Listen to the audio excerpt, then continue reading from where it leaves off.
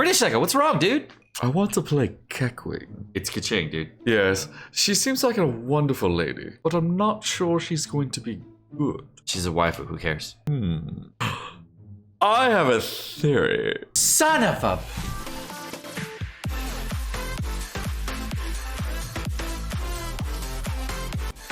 Alrighty, today we're going to be talking about the one thing that I know a lot of people are not doing in Genshin Impact in preparation for 1.6. And what we're going to be talking about today is elemental mastery. Many people know about melt compositions and vaporized compositions. If you're not aware what those are, they're simply just using fire pyro characters with hydro or cryo characters in order to create reactions like vaporize and melt. With these types of reactions, you're able to use whatever type of damage you have already on your kit, which is crit chance, critical damage. You're able to use attack percentage, whatever it may be, in order to improve your damage to get mad lead damage. So with any kind of melt reaction, of course, all you have to do is hit the target and they go bop.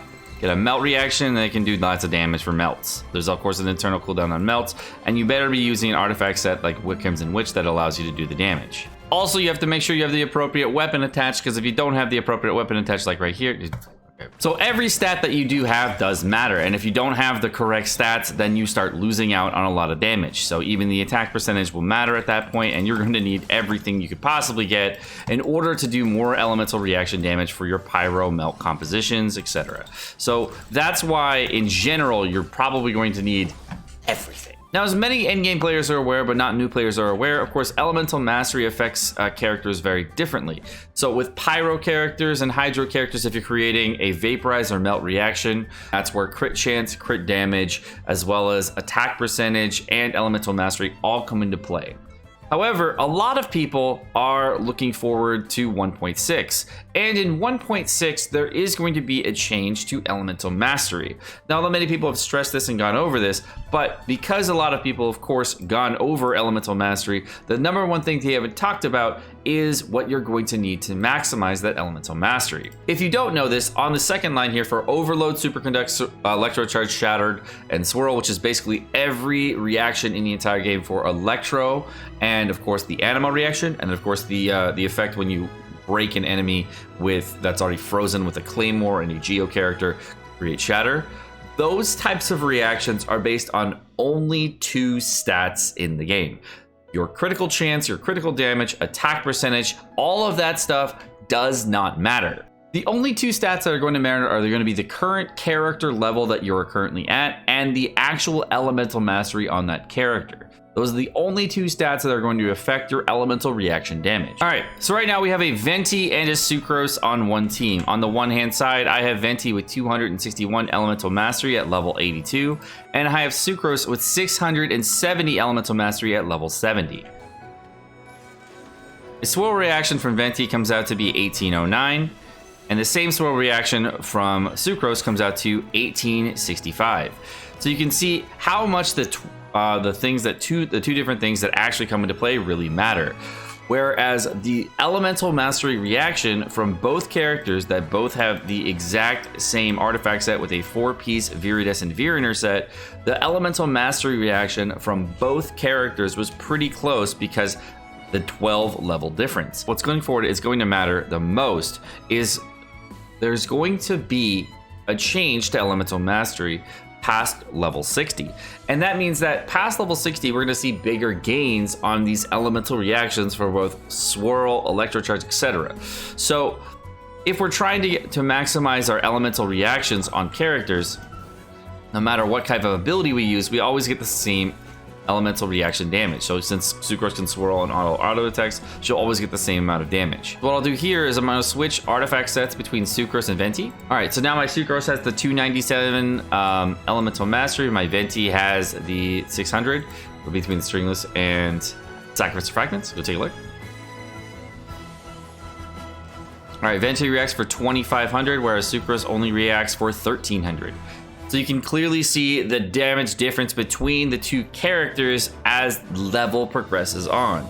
So what's really interesting is that since the ability damage that you have for the talents you have or whatever it may be don't actually matter for creating an elemental reaction, what does matter is the character's level and your current level of elemental mastery. And to my knowledge, what will be changing based on MiHoYo's excerpt is the damage that you get from elemental reactions. I haven't seen it yet. Link to this, this of course in the description below. Everyone already has been talking about how the elemental reactions are going to be changing. When a character reaches level 60 or above, the damage caused by major reactions between Electrocharge, Superconduct, Overload, Swirl, and Shatter will be increased. So because after level 60 you're going to see an increase, the number one thing that I think a lot of people are missing out on right now for elemental reactions for both Electro and Animo character is going to be Heroids. This resource is already really scarce for a lot of your characters, but seeing how the 4-piece Venerators and Venerate also increases swirl damage by 60%, we looked at in comparison to the actual elemental damage reactions that we were doing. It's going to add on an extra 60% to Electrocharge, the 116% that we got from the original Venti set, which was the 297 Elemental Mastery set. And it's going to add on an extra 60 to the 220 we get over from the 631 Elemental Mastery set, which is, you know, arguably a little bit bigger for Sucrose. If we're going to get even bigger damage on these reactions, I hope that they're going to change the bonuses that we're getting for Viridescent as well as the Thundering Fury set, because the Thundering Fury set is only at a 40% bonus, I believe. It's only at a 40% bonus, whereas the Swirl reaction's at 60%. So I hope this set bonus actually gets a buff in 1.6. I don't know for sure, probably not, but hopefully. So I believe that the thing that you should be doing right now is trying to stock up on your Heroids. I personally am, really light on Heroids myself, and on either of my free play account, I do have some lying around, but I'm lacking. I do have some more. I'll use it. I just haven't making the full plunge. I recommend not leveling up your Animo and Electro characters now. See how the changes go. And hold off on resources till 1.6, but start stockpiling them just in case. Because you might want to really focus on them once 1.6 drops and then be able to do that. In 1.6, so far we don't know too much about what the characters are going to be without using the leaks. I hear some great, amazing, bomb-tastic character that's only 2'3" is going to be coming out, as well as a Ninja Samurai Warrior that looks like both Aether and Zhongli put together in Ham Sandwich. But I've never looked at a leak ever, and of course, it's a theory. Second, that's my word. So if you're looking for what to farm this month around for the next couple of weeks, my recommendation, if you're not farming for the next character, is to try to stock up on some Hero Ascension materials that you're going to be needing for both the Electro and Animo characters in your arsenal. Of course, get yourself the actual resources to level up the character, like the crystals and the other side materials that you're going to need from the Hurricane Seeds and the Lightning Prisms. Try to stock up on these if you're thinking about leveling up your characters.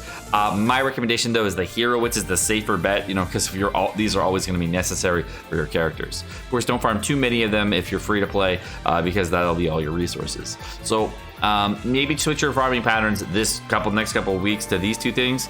The second thing I want to bring up, of course, is I hope you guys, if you are free to play or budget players, are actually holding off on farming too many talent books. If you don't remember, at the start of 1.6, they said there was going to be another boost to talent books going forward, so that if you're going to be using talent books, going to a talent book domain, you're getting 2 times drops in very similar event to the ley line event that we had earlier. So if you don't remember, you can't use condense in these events. You basically use normal resin, and you get double the drops you would normally get for 3 separate runs per day. So make sure that you're not over farming talent books that you don't need right now, because you may want to, do that domain. And see how you have to do a bunch of separate days. Don't just remember that you're gonna, always be this. How do I have 76 freaking purple books? What was I going for? Shinku? Seka, it's Shinchu. When did I farm this? British Seka, what have you been doing? I forgot. I was pre-farming for Zhongli and I got shafted. Now what? So the last thing I want to talk about in this video is going to be the number one thing that I think is going to be really interesting in 1.6 for a weapon. Is the most interesting weapon for me in 1.6 is the Rain Slasher. This weapon has been a straight up dumpster fire forever. It's been only good like at the launch of the game when EM values can be really good to abuse because you had bad artifacts, etc. But as artifacts have gotten better, it's been dog shit. But now, with the EM changes, I'm curious if the Rain Slasher is gonna come out swinging and they're gonna make it so that you can use a character like Beidou with the Rain Slasher, get yourself an energy recharge stance. That's how you get your energy recharge, by the way, for this character, and go mad lad with the Rain Slasher. I think this is probably the most interesting weapon for 1.6 because I want to know if it's actually good or if it's dog shit still. Because if they don't improve elemental mastery to a point where Rain Slasher R5 that a lot of free-to-play players got along the way and were like, is it good? I'm gonna be big Sedge. Of all the characters that I think the character that's received the most improvement out of this might be Fischl, because Fischl has access to the stringless warbow, which is an amazing weapon for any type of free-to-play or pay-to-play player, and looking to build out a Fischl specifically for elemental mastery gain damage reactions. And I think that will be probably the most interesting character to see changed going forward in 1.6. Other characters like Razor are probably not going to see a huge bump because Razor's so heavily focused on physical damage, and the other character that I think will probably not see a huge change is going to be Keckwing. She might see a big boost, she might not. Really tough to say because there's a ton of different ways you can build Keckwing, both physical and elemental damage. And of course, her best in slot weapon for Electro for 4-star weapons is the Alliance Roar, but has an attack percentage main stat, and it's very similar to the Rain Slasher, but doesn't have to do anything with the elemental mastery. The only thing that happens that's for Keckwing is that if you ever have any elemental mastery on your side rolls for your Thundering Fury set or your Thunder Soother sets or whatever it may be, you might actually take those side rolls on your substats that would boost your damage a little bit further. So for Keckwing, I really don't think there's going to be a big boost, but I think there's going to be a bigger boost on other characters. The only thing that's going to change, I think, would be to allow Keckwing to maybe use the 4-piece Thundering Fury set as an optimal choice, but that's only going to happen if they boost the actual set bonus overall. And the elemental changes that they're coming forward in 1.6 don't seem to be changing those set bonuses directly, but more so the internal elemental mastery on the characters. This is just my hope that they'll do and not so much what they will do. Alright guys, well my name's Sekapoko. Thank you so much for watching. Hope you guys enjoyed this video. I know it's a little bit longer to get all this information out about elemental mastery, level, characters, etc., and what I'm hoping for and what they'll do. You guys have a wonderful rest of your day.